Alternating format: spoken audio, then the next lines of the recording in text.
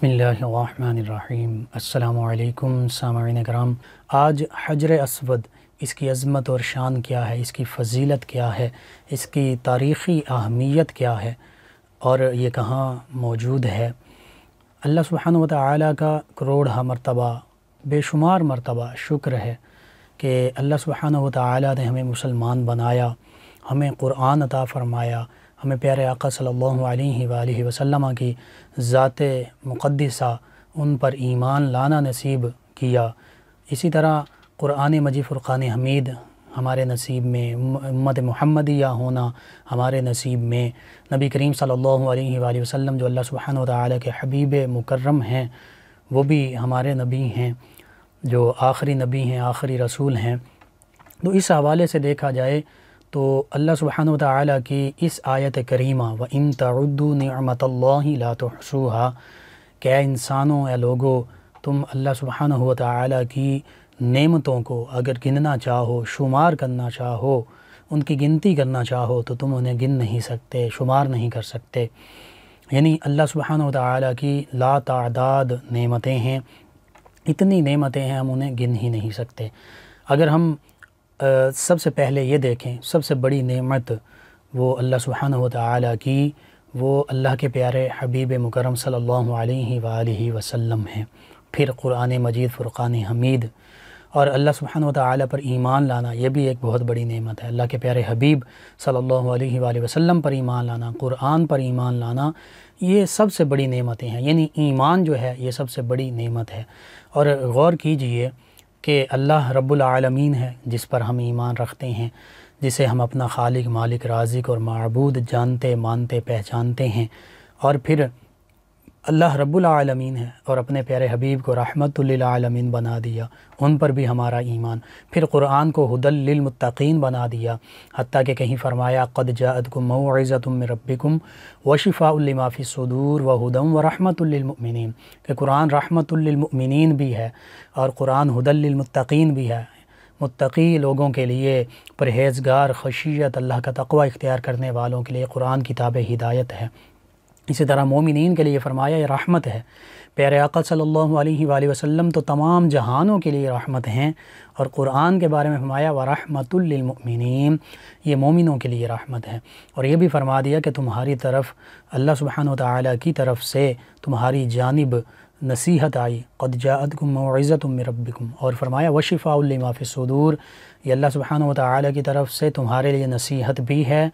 اور اس کے بعد تمہارے سینوں کی، دل کی بیماریوں کی شفا بھی اسی میں ہے، اور وَھُدًى وَرَحْمَةٌ لِّلْمُؤْمِنِينَ، اور یہ ہدایت بھی ہے۔ وہاں فرمایا سورہ بقرہ میں ھدی للمتقین، متقی لوگوں کے لیے ہدایت ہے۔ یہاں فرمایا وَھُدًى وَرَحْمَةٌ لِّلْمُؤْمِنِينَ، مومنین کے لیے ہدایت بھی ہے، رہنمائی کا ذریعہ بھی ہے، اور مومنین کے لیے رحمت بھی ہے۔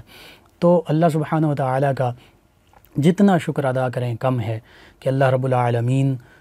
وہ بھی اس پر بھی ہمارا ایمان، پیارے آقا رحمت للعالمین ان پر بھی ہمارا ایمان، کتاب ہدایت ھدی للمتقین وھدی ورحمۃ للمؤمنین، کتاب ہدایت بھی ہے، مومنین کے لیے کتاب ہدایت اور رحمت بھی ہے، اس پر بھی ہمارا ایمان۔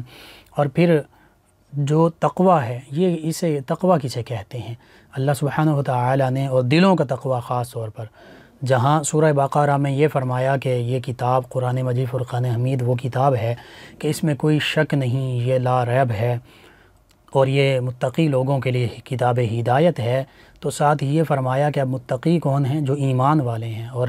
کس چیز پر ایمان لانے والے؟ الذین یؤمنون بالغیب، جو غیب پر ایمان لاتے ہیں۔ اللہ سبحانہ و تعالیٰ کی ذات بابرکت جو ہے وہ ہم سے غیب ہے، ہم سے چھپی ہوئی ہے، لیکن ہم اللہ سبحانہ و تعالیٰ پر ایمان لاتے ہیں، غیب پر ایمان لا رہے ہیں۔ فرشتوں کو ہم نے نہیں دیکھا، ہم فرشتوں پر بھی ایمان رکھتے ہیں کہ اللہ تعالیٰ کی نوری مخلوق ہیں۔ قیامت کو نہیں دیکھا، جنت دوزخ کو نہیں دیکھا، لیکن ہمارا ایمان ہے کہ روز انصاف، روز محشر قائم ہونا ہے، مالک یوم الدین، جس کا مالک روز جزا کا اللہ سبحانہ و تعالیٰ ہے، اور پھر جنت اور دوزخ یہ بھی اللہ تعالیٰ کی بنائے ہوئے مقامات ہیں۔ ان سب پر ہمارا ایمان ہے، کیونکہ پیارے آقا صلی اللہ علیہ وآلہ وسلم نے ہمیں فرما دیا کہ اللہ ایک ہے، وہی عبادت کے لائق ہے۔ اور پھر پیارے آقا صلی اللہ علیہ وآلہ وسلم، ان کو بظاہر ہم نے ان کی زیارت بھی نہیں کی، ہم سے وہ بھی غیب ہیں، اگرچہ خوش نصیب لوگوں کو پیارے آقا صلی اللہ علیہ وآلہ وسلم کی خواب میں زیارت ہوتی ہے، یا بیداری میں بھی جن پر پیارے آقا صلی اللہ علیہ وآلہ وسلم کا کرم ہو، اللہ سبحانہ و تعالیٰ کے فضل سے، عنایت سے، عطا سے بیداری میں بھی اللہ تعالیٰ کے ایسے بندے ہیں جن کو پیارے آقا کی زیارت ہوتی ہے۔ لیکن یہ سبھی چیزیں غیب ہیں، ہم نے دیکھی نہیں، لیکن ہمارا ایمان ہے، تو اس لیے الذین یؤمنون بالغیب، غیب پر ہم ایمان رکھتے ہیں۔ پھر نماز قائم کرنا، پھر زکوٰۃ ادا کرنا، اللہ کے دیے ہوئے رزق میں سے اللہ کے راستے میں خرچ کرنا، پھر اللہ کے پیارے حبیب صلی اللہ علیہ وآلہ وسلم پر جو کتاب قرآن مجید نازل ہوئی اس پر ایمان لانا، جو پہلے انبیاء پر کتب نازل ہوئیں ان پر ہمارا ایمان ہے، پھر وبالآخرۃ ہم یوقنون، آخرت پر ہم ایمان ہے۔ اور اللہ نے فرمایا کہ یہی تو لوگ ہیں جو ہدایت یافتہ ہیں، جو سیدھے راستے پر ہیں، یہی فلاح پانے والے ہیں، یہی کامیاب ہونے والے ہیں، یہی کامیاب لوگ ہیں۔ بہرحال سامعین مکرم، تقوی دین اسلام کے جو ارکان ہیں ان کو ماننا، ایمانیات پر ایمان لانا، یہ سبھی تقوی میں شامل ہیں۔ لیکن ایک دل کا تقوی بھی ہے۔ دلوں کا تقوی کیا ہے؟ قرآن مجید فرقان حمید میں اللہ سبحانہ و تعالی ارشاد فرماتا ہے وَمَن يُعَظِّمْ شَعَائِرَ اللَّهِ فَإِنَّهَا مِن تَقْوَى الْقُلُوبِ، حتیٰ کہ اگر قربانی کا کوئی جانور ہے وہ بھی شعائر اللہ ہے، اللہ کی نشانی ہے۔ صفا مروہ کے بارے میں فرمایا ان الصفا والمروۃ من شعائر اللہ، صفا اور مروہ اللہ کی نشانیاں ہیں۔ حالانکہ صفا اور مروہ دو پہاڑیاں ہیں، لیکن اللہ کی نشانیاں شعائر اللہ کیسے بنی؟ اللہ کے نیک بندوں سے نسبت ہو گئی تو یہ بھی شعائر اللہ ہو گئیں۔ اب قربانی کے جانور کو کیونکہ سنت ابراہیمی علیہ السلام اس سے نسبت ہے، اس سنت کی پیروی کرتے ہوئے ہم قربانی کا جانور خریدتے ہیں، قربانی کرتے ہیں، وہ بھی شعائر اللہ بن گیا۔ قرآن مجید میں فرمایا گیا وَالْبُدْنَ جَعَلْنَاهَا لَكُم مِّن شَعَائِرِ اللَّهِ لَكُمْ فِيهَا خَيْرٌ، تو یہ اگر جانور جو ہے وہ بھی شعائر اللہ ہو، اسی طرح بے جان چوٹیاں جو ہیں، پہاڑ جو ہیں، صفا مروہ، وہ بھی شعائر اللہ بن جائیں، صرف کس وجہ سے؟ اللہ کے نیک بندوں کے قدم، سیدہ حاجرہ سلام اللہ علیہا کے قدم مبارکہ جو ہیں وہ صفا اور مروہ پر لگے تو وہ شعائر اللہ بن گئیں۔ پھر ان کی سعی کرنا، یعنی صفا مروہ کی سعی کرنا حاجی اور عمرہ کرنے والے کے لیے وہ بھی ضروری قرار دے دیا گیا۔ یعنی اللہ سبحانہ و تعالی اپنے نیک بندوں کی، اپنے انبیاء کرام علیہ السلام سے نسبت رکھنے والی ہستیاں، اپنے اولیاء صالحین نیک بندوں کی جو طریقہ کار ہے اس کو بھی آنے والے رہتی دنیا تک سنت بنا دیتا ہے۔ ان چیزوں کو شعائر اللہ فرماتا ہے کہ یہ اللہ کے شعائر ہیں، اللہ کی نشانیاں ہیں۔ اور اللہ سبحانہ و تعالی فرماتا ہے وَمَن يُعَظِّمْ شَعَائِرَ اللَّهِ فَإِنَّهَا مِن تَقْوَى الْقُلُوبِ، کہ جو اللہ کے شعائر کی تعظیم کرتا ہے، اللہ تعالیٰ کی نشانیوں کی ادب اور احترام ان کا کرتا ہے، ان کی توقیر کرتا ہے، ان کی عزت کرتا ہے، فرمایا فَإِنَّهَا مِن تَقْوَى الْقُلُوبِ، یہی تو دلوں کا تقوی ہے۔ یہ بات دلوں کے تقوی سے ہے۔ یعنی اللہ سبحانہ و تعالیٰ کے جتنے شعائر ہیں، انبیاء جو ہیں وہ بھی غیر اللہ نہیں، وہ انبیاء اللہ ہیں، اللہ کے نبی ہیں۔ اسی طرح صحابہ جو ہیں وہ صحاب رسول اللہ ہیں، اللہ کے پیارے حبیب صلی اللہ علیہ وآلہ وسلم کے اصحاب ہیں۔ اسی طرح نبی کریم صلی اللہ علیہ وآلہ وسلم، قرآن فرماتا محمد الرسول اللہ صلی اللہ علیہ وآلہ وسلم، یعنی محمد صلی اللہ علیہ وآلہ وسلم اللہ کے رسول ہیں۔ تو یہ اللہ سبحانہ و تعالی سے جس کی نسبت ہو گئی، اور پھر اللہ کے ان عظیم الشان، ان مقدس ہستیوں سے جن چیزوں کی نسبت ہو گئی وہ بھی شعائر اللہ بن جاتی ہیں۔ اللہ انہیں اپنا غیر نہیں فرما رہا، اللہ انہیں اپنی نشانیاں فرما رہا ہے، اور ساتھ یہ بھی فرما رہا ہے کہ جو میری ان نشانیوں کی تعظیم کرے گا، ادب احترام بجا لائے گا، اس کو دلوں کا تقوی عطا کیا جاتا ہے۔ اور یہ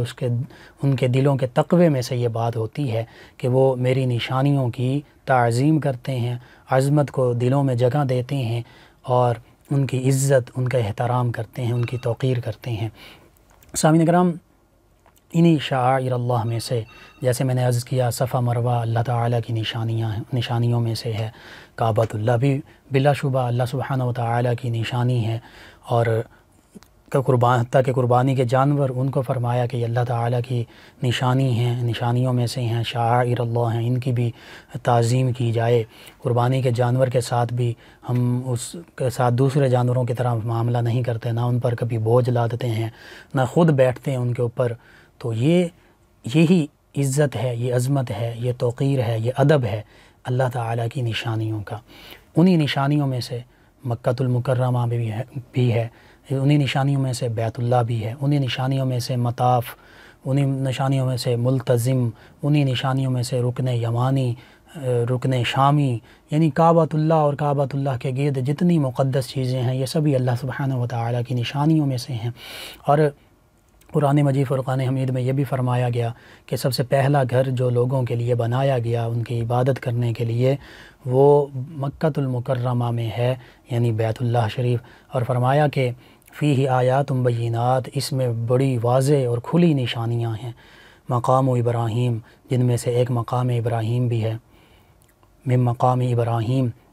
یعنی مقام ابراہیم علیہ السلام، وہ جگہ، مقام کا مطلب ہے کھڑے ہونے کی جگہ، وہ پتھر جس پر سیدنا ابراہیم علیہ السلام نے کھڑے ہو کر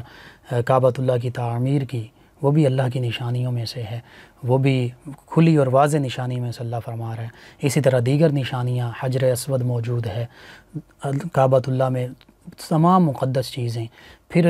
کعبۃ اللہ، اس کے بارے میں یہ بھی احادیث مبارکہ میں آتا ہے کہ یہاں پر 70 سے زیادہ انبیاء کرام علیہ السلام کی قبور مبارکہ بھی ہیں۔ تو یہ ساری عظمت اور شان والی جگہیں ہیں۔ کعبۃ اللہ جو ہے یہ حرم ہے، حرم کا مطلب ہے محترم جگہ،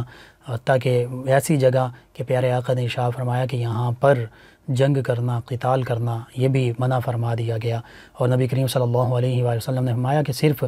میرے لیے تھوڑے سے وقت کے لیے جنگ اور قتال جو ہے یہ جائز قرار دیا گیا، لیکن اس کے بعد ہمیشہ ہمیشہ کے لیے یہاں پر قتال کرنا، یہاں پر لڑنا یہ حرام ہے۔ اور قرآن مجید فرقان حمید بھی اسی چیز کی طرف اشارہ فرما رہا ہے، وَمَن دَخَلَهُ كَانَ آمِنًا۔ اللہ سبحانہ وتعالی ارشاد فرماتا ہے کہ جو اس مقدس گھر میں، بیت اللہ میں، اس شہر مکہ میں داخل ہو گیا وہ امن میں آ گیا، وہ سلامتی میں آ گیا، اس کے لیے امن ہی امن ہے، اس کے لیے اب خوف نہیں ہے، بس وہ امن و امان میں آ گیا۔ جب کعبۃ اللہ میں داخل ہو گیا، حرم مکہ میں داخل ہو گیا تو وہ امن میں داخل ہو گیا۔ بہرحال سامعین کرام، کعبۃ اللہ بہت عظمت اور شرف کا مقام ہے۔ دیگر جتنی زیارات ہیں بہت ہی عظمت والی، بہت ہی مقدس زیارات ہیں۔ انہی میں حجر اسود بھی ہے۔ حجر اسود، اس کے بارے میں پیارے آقا صلی اللہ علیہ وآلہ وسلم نے یہ بھی فرمایا کہ یہ جنت سے اتارا گیا، لایا گیا جنتی پتھر ہے، اور فرمایا کہ یہ دودھ سے زیادہ سفید تھا، لیکن لوگوں کے گناہوں کی وجہ سے یہ سیاہ ہو گیا، کالا ہو گیا۔ تو یہ اللہ سبحانہ و تعالیٰ کی عظمت اور شان ہے کہ اللہ سبحانہ و تعالیٰ اپنے انبیاء کرام علیہ السلام کے ساتھ محبت کا اظہار فرماتا ہے، انہیں عزتیں، عظمتیں، شانیں، رفعتیں، بلندیاں عطا فرماتا ہے، اور ان کے ساتھ جو چیز نازل ہوتی ہے، اترتی ہے، اسے بھی عظمت اور شان عطا فرما دیتا ہے۔ اور پھر جنتی پتھر ہونا یہ بھی کیسی عظمت اور شان ہے۔ اور اس کے بارے میں روایات میں یہ آتا ہے کہ سب سے پہلے سیدنا آدم علیہ السلام نے جب کعبۃ اللہ کی تعمیر کی تو اس وقت یہ جنت سے اتارا گیا اور اس کو کعبۃ اللہ کے قریب ہی نصب کیا گیا۔ اور پھر ایک وقت آیا جب کعبۃ اللہ کے نشان اور وہ طوفان نوح اور وہ معاملہ ہوا تو اس وقت کعبۃ اللہ کا جو ظاہری نشان تھا وہ مٹ گیا۔ اس کے بعد پھر سیدنا ابراہیم علیہ السلام آپ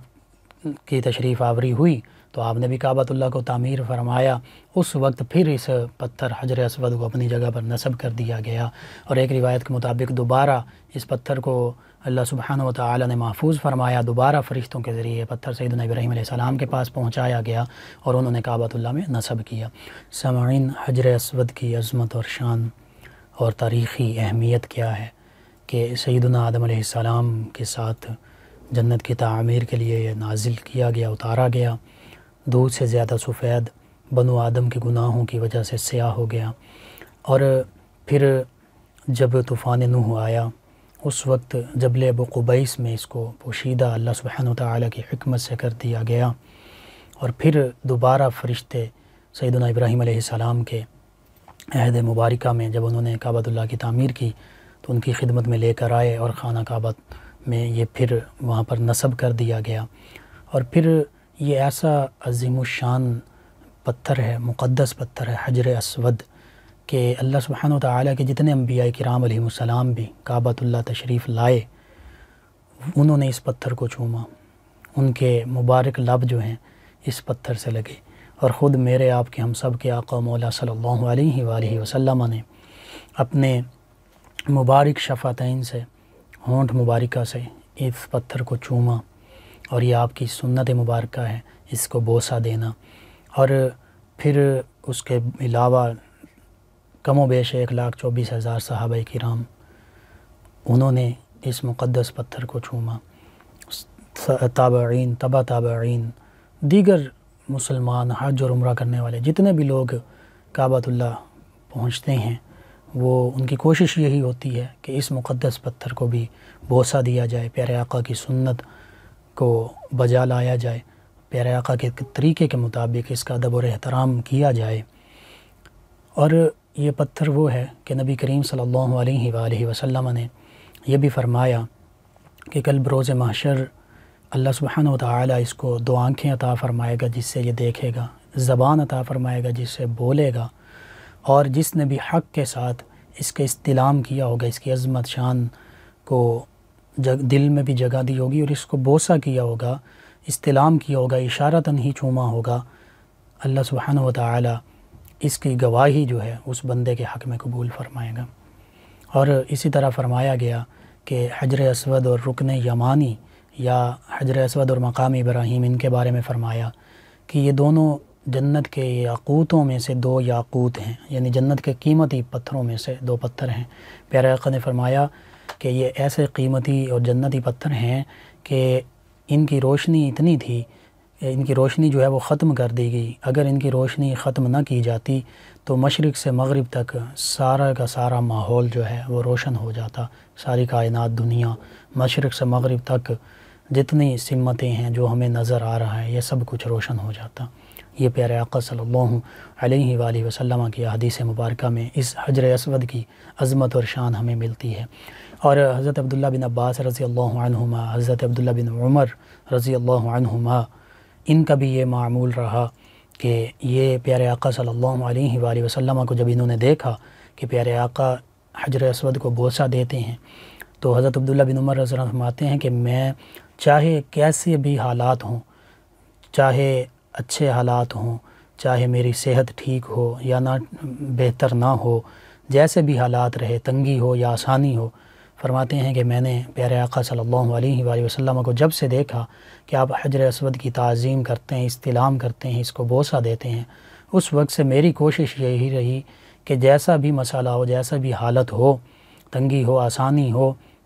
میں اس حجر اسود کو استلام کروں، اس کا ادب بجا لاؤں، اس کو بوسہ دوں،